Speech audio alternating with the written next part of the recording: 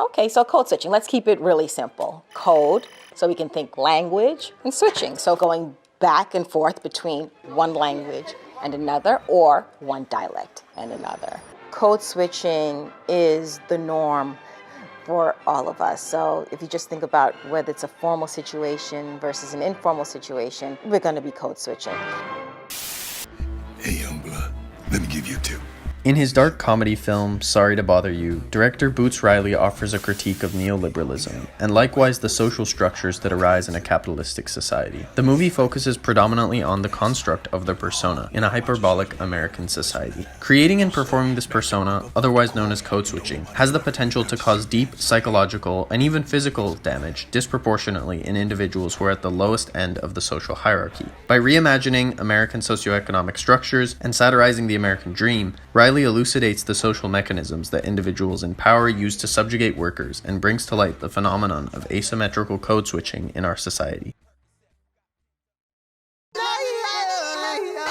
In order to better understand code switching and its implications with respect to people of color in the United States, we first have to understand the mantra that fuels the country, the American dream. Perhaps one of the most prevalent claims amongst proponents of a capitalistic system is that it has the potential to lift more individuals out of poverty than any other economic system. This potential is also known as upward mobility. In Sorry to Bother You, upward mobility is depicted through the journey of the principal character, Cassius Green. He's a black man that rises through the ranks, beginning as a telemarketer making minimum wage and ultimately getting promoted to a power caller who makes large-scale deals with multi-billion-dollar corporations. But the ease by which Cassius rises upward through the socioeconomic ladder is not demonstrative of a capitalistic system having the potential to lift individuals out of poverty. On the contrary, it's a critique of the system's capacities. The majority of Cassius' co-workers are permanently locked into their jobs as underpaid telemarketers. For these exploited workers, upward mobility, or the American dream, is an illusion meant to keep the labor force active and in line. It entails economic freedom while infinitely incentivizing those who chase it with a chance of prosperity at the end of the tunnel. But Riley begs the question as to whether or not freedom within the confines of capitalism exists at all. His satirization of the American dream is most evident in the form of another allegory, one that tells of a telemarketing legend by the name of Hal Jameson. The top fucking tier of telemarketing. The absurd tale of this telemarketing titan acts as fuel to keep minimum wage workers starry-eyed and ambitious. In fact, every single aspect of the workplace, from the cramped offices to the telemarketing software, plays an integral role in maintaining an illusion of prospects and upward mobility. In his essay featured in the 1619 Project, Matthew Desmond details this workspace phenomenon. It feels like a cutting-edge approach to management, but many of these techniques that we now take for granted were developed by and for large plantations. There are managers and individuals who are managed. This is a system that maximizes profits. Now that we've briefly discussed class struggle and the American dream, let's try to understand how these intersect with racial tension presented in the film.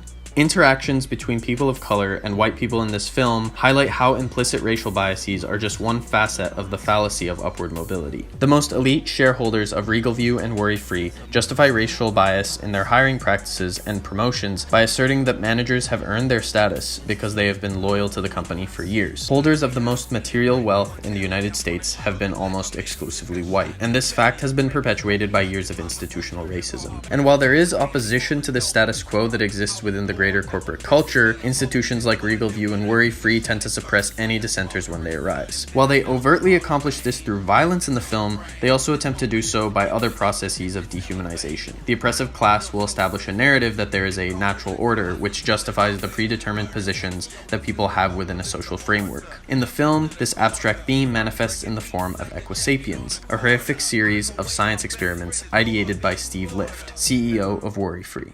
Worry-Free is carrying forward this lineage of natural developments that began in prehistoric times. We realise that human labour has its limitations.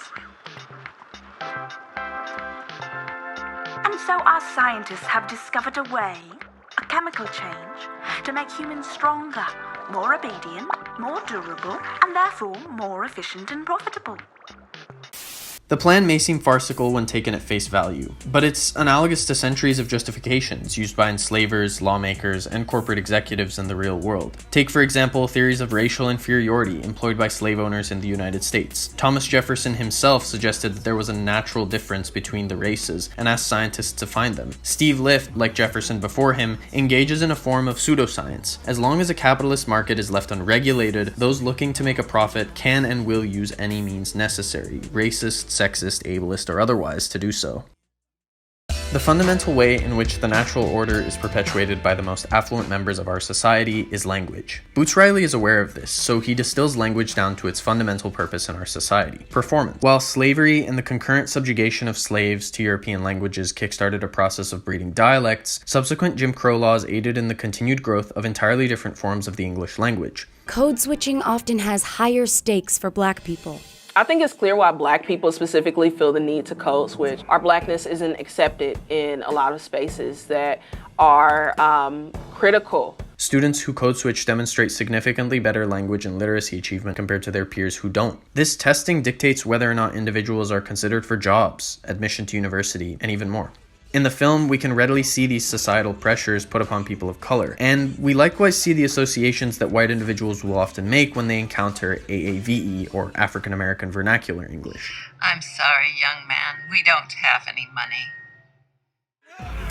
The exaggerated American mechanisms of capitalism and Sorry to Bother You posit a grim truth about the American dream. It's one that can only be realized by certain members of our society, and that overwhelmingly excludes people of color. Through the creation of this world, Boots Riley provides us a mirror of our own society. People who aren't affluent don't necessarily have control over how they express themselves. But here's the thing. Unlike the Regal View slogan that permeates most corporate offices in the United States, Sorry to Bother You is a film that goes off script. It isn't a film that exclusively tackles race. On the contrary, it's about the dynamic between those who have resources, wealth or otherwise, and being able to control those resources at the expense of a growing group of human beings. It's likewise about finding loopholes within a given economic system to sustain power. That's really what the prejudice of race and skin color can be distilled down to in this country: self-interest, self-preservation, and power. Thanks for watching.